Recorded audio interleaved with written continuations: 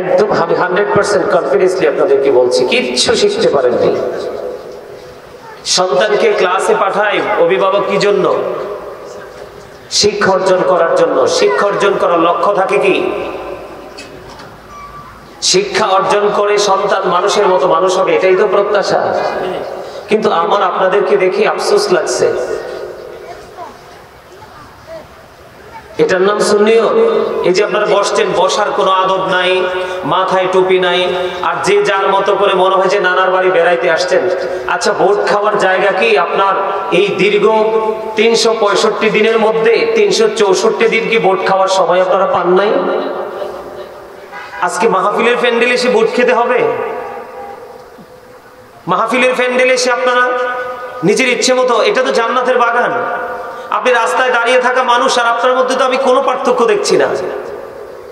দোকানে বসে বসে আলাপ আলোচনা করছে, আলাপচারিতা করছে, সেই প্লেস আর এই জান্নাতের বাগান, এই যে বিউটিফুল প্লেস, এটার মধ্যে আমি কোনো ধরনের কোনো ডিস্টেন্স বা কম্পেয়ার করার মতো কোনো স্কোপ আমি খুঁজে পাচ্ছি না।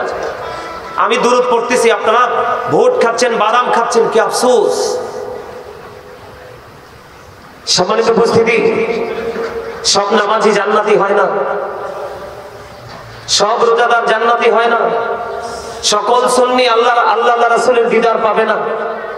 আপনি কি মুখে রাসূলকে ভালোবাসি বললেই রাসূলকে পেয়ে যাবেন, নাকি রাসূলের আদর্শকে নিজের অন্তরে ধারণ করে বাস্তব জীবনে লালন করে বাস্তবায়ন করবেন? কোনটা? মোটামুটি মুরব্বী যারা আছেন তাদের পরনে মোটামুটি পাঞ্জাবি টুপি দেখতে পাই, ইয়াং ম্যান যারা ম্যাক্সিমামই মানে টুপি ছাড়া। আশ্চর্য ব্যাপার। আপনি মাহফিল 20 বছর 50 বছর মাহফিল করে লাভ হবে কি? এই আমার দিকে তাকান, আমি আপনাদেরকে বলি, আমার সামনে হাজার হাজার মানুষের প্রয়োজন নেই। সেন্স এবিলিটি সম্পূর্ণ পারসন, অল্প কিছুই আমার জন্য এনাফ। আর সেন্সলেস পারসন অসংখ্য অগণিত। I don't acceptable. সম্মানিত উপস্থিতি, আপনাদেরকে আমি শুরুতে একটা কথা বলি, যাদেরকে আমরা খারিজি হিসাবে চিনি, ওরা থেকে আমরা 100 বছর পিছিয়ে আছি। আপনি কল্পনা করতে পারবেন না ওদের থিঙ্কিং আর আপনার থিঙ্কিং। ওদের ধারে কাছে আপনি যেতে পারবেন না, ওরা এতটা কমার্শিয়াল। কিন্তু আমরা সুন্নিয়ত করছি। আমাদের নবী সবচেয়ে বড় কমার্শিয়াল ভাবে আমাদেরকে সবকিছু শিক্ষা দিয়েছে, দিয়েছে কিনা? কথা বলেন। কোরআন এত বড় অমীয় বাণী, এটাকে আল্লাহ রাব্বুল আলামিন ল বলেছেন। আল্লাহ বলেছেন, Allah is all in all, follow his law and light for eternal success. Allah রাব্বুল আলামিন বলেছেন, Allah is all in all, Allah সবকিছু। কিন্তু আপনার আমার জন্য আল্লাহ সবকিছু হওয়ার পরও দুটো অপশন আল্লাহ আমাদের জন্য দিয়েছে স্পেসিফিক ভাবে। কয়টা অপশন? দুটো অপশন। কয়টা? দুইটা। একটা হলো ল এন্ড লাইট। ল হলো, বুঝেননি? ল মানে বুঝেন? ল মানে হচ্ছে আইন। আইন, আইনের ভান্ডার কোনটা? কোরআন। এন্ড লাইট, লাইট হলো ইংলিশ শব্দ, আরবিতে এটাকে বলা হয় নূর, বাংলাতে এটাকে বলা হয় আলো।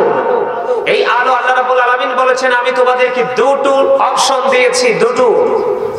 এই দুটোকে তুমি আঁকড়ে ধরো, ফর ইটারনাল সাকসেস, তোমরা চিরস্থায়ীভাবে সফল হতে পারবে। জোরে জোরে বলেন সুবহানাল্লাহ।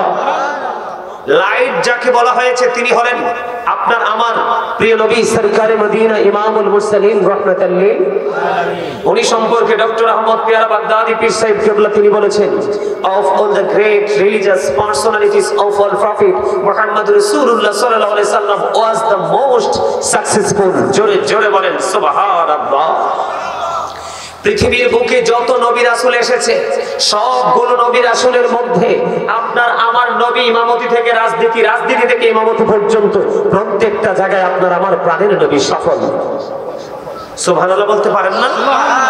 পারেন না আপনারা সুবহানাল্লাহ বলতে? আরে আরো জোরে বলেন সুবহানাল্লাহ, আরো জোরে। আমি এই জন্য আপনাদেরকে বলছি, আপনারা 100% weak, you are very weak. আপনারা 100% দুর্বল। আপনি মুখে চাপার জন্য যতই বলেন আপনি সুন্নিয়ত করেন, সুন্নিয়তের যে শক্ত জান্ডা আপনার সিনায় থাকার কথা সেটা নাই। যদি থাকতো আপনি আজকে সুবহানাল্লাহর আওয়াজ এত ছোট করে দিতেন না। আল্লাহ রাসূল বলেছে যারা জান্নাতের বাগানে প্রবেশ করে তারা সবাই জান্নাতের মেহমান। আর জান্নাতের মেহমানরা যখন জান্নাতের বাগানে প্রবেশ করে, গার্ডেনে যখন তারা ইন হয়, আমি আল্লাহ তাদের জন্য জান্নাতে খাবার বরাদ্দ করে দিয়েছি। আল্লাহর হাবিব বলেছেন এই খাবারটা হলো সুবহানাল্লাহ। আপনারা কোন দুনিয়ায় আছেন আমি জানি না, আমি অহংকার করে বলছি না। আপনারা অনলাইন ঘেটে দেখবেন আমি অদম গুনাহগারের আলোচনা শোনার জন্য মানুষ কম্পিটিশন করে। আমি আপনাদেরকে বলি প্রত্যেকটা পার্সন ডবল পার্সন। আমার কথা হলো তিনটা শর্ত নিতে হবে আমার কাছ থেকে আলোচনা শুনতে হলে। যতক্ষণ আলোচনা শুনতে চান আই এম রেডি, আমি ওকে আছি। আমার আলোচনা শুনতে হলে আপনার ফার্স্ট কন্ডিশন হলো স্টপ ইউর মাউথ এভরিবডি, সকলের জবানকে বন্ধ রাখতে হবে। সেকেন্ড কন্ডিশন হলো you listening my lecture very attentively, আমার কথা মন দিয়ে শুনতে হবে। থার্ড কন্ডিশন হলো আপনি যদি বলেন হুজুর এই দুটোর ক্ষেত্রে আই সে ডোন্ট অ্যাকসেপ্টেবল, আমি বলবো I say go to your seat out of sight, আপনি বাসায় চলে যান। আপনার মতো মুসল্লি আমার জীবনে এক মুহূর্তের জন্য প্রয়োজন নেই, ঠিক কি বলেন? দেখি তামাশার জায়গা পেয়েছেন। আমার কাছে মনে হয়েছে আপনারা আমাকে দেখে তামাশা শুরু করেছেন। লজ্জা করে না এখানে বসে বসে কথা বলতে? একটু কি বিবেকে বাঁধে না যে এখানে বসে আমি ভোট খাচ্ছি, জায়গাটা কি? আপনি কি মনে করেছেন? আপনাদের মধ্যে একটা জিনিসের যথেষ্ট ঘাটতি, সেটা হলো তাকওয়া। আপনার জীবনে যত কিছুই করেন আপনি যদি তাকওয়া সম্পূর্ণ ব্যক্তি হতে না পারেন, আপনার জীবনের সফলতা না প্রেজেন্ট না ফিউচার। প্রেজেন্ট এন্ড ফিউচার এই দুটোকে যদি আপনি ব্রাইটনেস করতে চান, আলোকিত করতে চান, তাহলে একটা কন্ডিশনে আপনি আসতে হবে, সেটা হলো আল্লাযীনা আমানু, যারা ঈমান এনেছে, ওয়া কানু ইয়াত্তাকুন, এবং তাকওয়া অবলম্বন করেছে, লাহুমুল বুশরা, তাদের জন্য সুসংবাদ, ফিল হায়াতিদ দুনিয়া, দুনিয়ার জীবনে, ওয়া ফিল আখিরাহ, এবং পরকালের জীবনে। আওয়াজ করে বলেন সুবহানাল্লাহ। আরো জোরে, আরো জোরে। খাবারে লবণ না দিলে খেতে পারবেন? কেন? এই যে absolutely right answer, you are great my dear younger brother. চমৎকার ভাবে বলেছে, কনফিডেন্সলি বলেছে। আপনি সেটা বলতে পারলেন না? লবণ না দিলে যে খাবারটা মজা হয় না, এই কথাটা বলতে পারলেন না আপনি, আফসোস। এই কথাটা কেন বলেছি? খাবারে লবণ না দিলে যেমনি খাবারটা মজা হয় না, ঠিক তেমনি ভাবে আপনি সত্যিকারের প্রেমিক হতে না পারলে কখনোই আল্লাহ রাসূলকে ভালোবাসতে পারবেন না, আমল করতে পারবেন না। আমল কোনোদিন মজা লাগবে না। আপনি আগে স্বাদ বুঝতে হবে। গুড় মিষ্টি সবাই জানে, কিন্তু না খাওয়া পর্যন্ত বোঝা যায় না। মিষ্টি সুইট, ভেরি সুইট, সবাই জানে, কিন্তু না খাওয়া পর্যন্ত কেউ এটাকে আইডেন্টিফাই করতে পারে না গুড়ের স্বাদ কেমন, মিষ্টির স্বাদ কেমন, ঠিক কিনা বলেন? সম্মানিত উপস্থিতি, আমি আপনাদের এই সাইডে আসি না, আপনাদের এই সাইডে আমি টোটালি আসি না। ব্রাহ্মণবাড়িয়া, সিলেট, হবিগঞ্জ, এগুলোতে অত ফোন, ডেলি 4টা করতে পারবো প্রোগ্রাম, কিন্তু আমি আসি না। আজকে এসেছি তাদের মিষ্টি, তাদের মাধুর্যপূর্ণ ব্যবহার দেখে। আমি চাইবো আপনারা যারা এখানে এসেছেন, আমার সামনে লক্ষ লক্ষ হাজার হাজার মানুষ থাকতে হবে এটা আমি চাই না, তবে যারা থাকবেন একটু আদরের সাথে বসবেন, যেন খুশি হয়ে যেতে পারে। সম্মানিত উপস্থিতি, আমার দিকে তাকান। আমি আলোচনায় ঢুকবো পরে, আমি আপনাদেরকে একটু বুঝাই আপনি কি, আপনি কি জিনিস, কোথায় ছিলেন, কোথায় আছেন। আমি আপনাকে বলি, এই যে আমরা এখানে যারা আছি সমষ্টিগতভাবে সবাই কি মানুষ?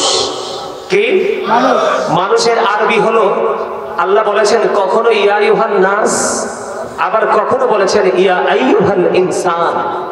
এটা হলো মানুষের আরবি, কোরআনের ভাষা। আর এই আরবিটার ইংলিশ হলো, কখনো কখনো বলা হয়েছে মেন, আবার কখনো কখনো বলা হয়েছে পারসন। এই ওয়ার্ড মিনিং তিনটা আমি একত্রিত করেছি আপনাদেরকে সহজে বোঝাবার জন্য। এই যে মানুষ, এই মানুষটা হলো মাথা থেকে পা পর্যন্ত বডি স্ট্রাকচারটার নাম হলো মানুষ, কিন্তু আসলে এই মানুষটা আসল মানুষ নয়। এই মানুষটার ভিতরে আরেকটা মানুষ আছে, সেটাকে ইংলিশে বলা হয় সোল, আল্লাহর কোরআনের ভাষায় বলা হয় রূহ, বাংলাতে এটাকে বলা হয় আত্মা। এই দুটো মিলেই কিন্তু একটা মানুষ। কয়টা মানুষ? কথা বলতে হবে, কয়টা মানুষ? দুটো মিলে একটা মানুষ। এই যে মানুষ, মানুষটা কখন হয়েছে? যখন রুহুটা রুহের জগতে, দেহটা বাবা মার মাঝে, তখন কিন্তু আপনি আমি মানুষ ছিলাম না। ছিলাম? কথা বলেন, ছিলাম? কিন্তু যখন রুহুটা বাবা মায়ের মিলনের মাধ্যমে মায়ের উদরে যখন আপনার অস্তিত্ব আসলো, তার মানে খাঁচাটা রেডি হচ্ছে, তখন কিন্তু ওখান থেকে ট্রান্সফার হয়ে এটা প্লেসটাকে চেঞ্জ করে এটা মায়ের উদরে চলে আসলো।